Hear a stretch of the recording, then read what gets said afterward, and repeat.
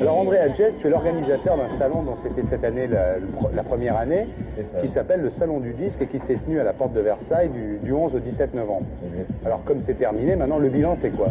Alors le bilan, dans tout bilan, il y a plusieurs colonnes. Ouais. Il y a l'actif et le passif. Voilà, déjà il y a l'actif et le passif. Dans le passif, on peut mettre beaucoup d'enseignements, en tous les cas, au niveau de l'organisation, au niveau de la gestion de l'espace, du son, etc. Qu'on va essayer d'améliorer considérablement pour l'année prochaine. Au niveau de l'actif, c'est près de 100 000 visiteurs. C'est pas mal. Pour un premier salon, c'est fantastique. Tu t'es fait plein de thunes alors? Non, pas vraiment. Pas vraiment parce que ça demande des investissements très importants. Enfin non, conclusion, tu vas recommencer l'année prochaine. Conclusion, je recommence. Eh ben, dans le provision, je recommence. Bon, alors maintenant, comme je t'ai sous la main, et puis finalement, je vais te faire une interview qu'on n'a encore jamais faite dans cette émission, mais que je réserve à quelques patrons de maisons de disques, à quelques artistes, à quelques journalistes. C'est une interview top 10, c'est-à-dire je vais te citer les 10 premiers du top 50 dans Télé 7 jours cette semaine, et puis toi tu vas me dire exactement ce que tu en penses, avec j'espère beaucoup de franchise, même s'ils viennent pas l'année prochaine dans ton salon. Ok, non, bien sûr.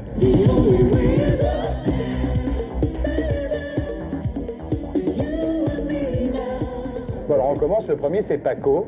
Oui. Avec la reprise de la foule de Pierre. C'est pas la reprise d'ailleurs, parce qu'il paraît que d'ailleurs c'est l'original. Et ça s'appelle Amor de mi Amores. Oui. Alors qu'est-ce que tu en penses, pour commencer, comme ça? Très honnêtement, j'ai trouvé ça très audacieux de faire quelque chose comme ce qu'a fait Edith Piaf. Ouais. L'avoir mis au goût du jour comme il l'a mis, c'est formidable. Donc tu vas pas te fâcher avec Polygram déjà? Pas du tout.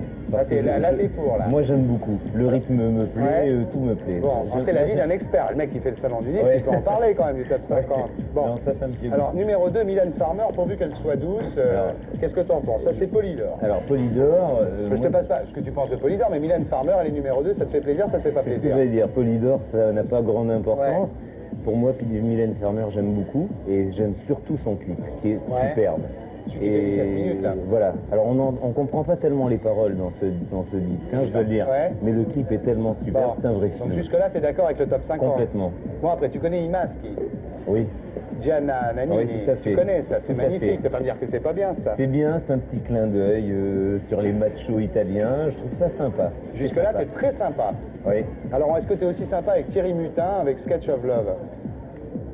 Oui, j'aime bien aussi.